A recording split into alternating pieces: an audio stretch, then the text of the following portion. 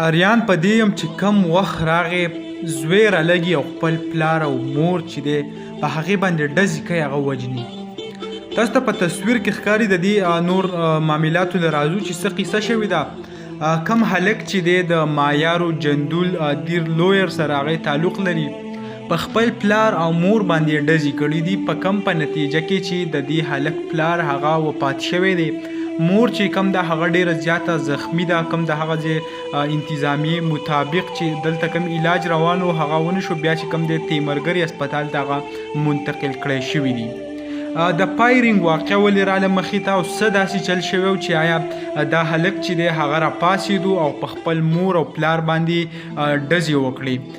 د هلک نوم چې کوم دی ملزم به ورته ووایو حسین نوم ویلی کېږي څوک اسنین یادوي خو لا فی الحال د هغې پته نه لګېدل چې نوم یې څه دی.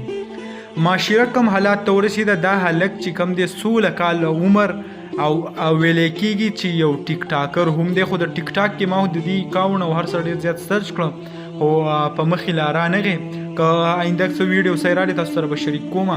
پولیسو چې کوم دی هغه په هغه ځای باندې ګرفتار کړی دی.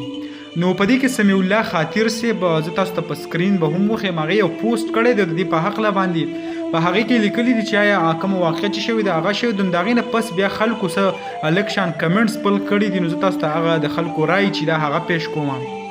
یو هلک لیکلی دی بره تاسو کتی شئ وایي دې چوکره ته به یې ویل چې د دوی سره د لوپرو سره مه ګرځه بس نور پویه. نو زیات که مونږ خپل معاشرې ته وګورو داسې قسمه قیسې ډېرې رامخې ته شوي دي چې پلار هغه خپل زوی ته نصیحت اوس هم نشي کولی چې آیا د دې سړي سره دا لوپر دی دا د سره مه ګرځه. بل رور هم لیکلی دی وایي نور به یې ورته څه ویلي خو دا به یې ورته ویلي وي چې هلک کې د اجړاګانو کارونه مه کوه.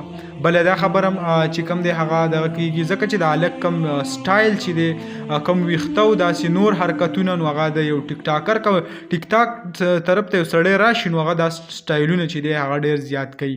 نو خلکو چې کوم دی هغه ډېر زیات د خپل غوسې کم اظهار چې دی هغه یې ورته کړی دی چې آیا داسې تاله نو کول پکار چې ته خپل په پلار باندې هغه ډزې وکړي. خو بل به هر حال کم عمر یې ډېر زیات کم هم دی یعنی 16 کاله خپل مور او پلار باندې هغه ډزې کړي دي.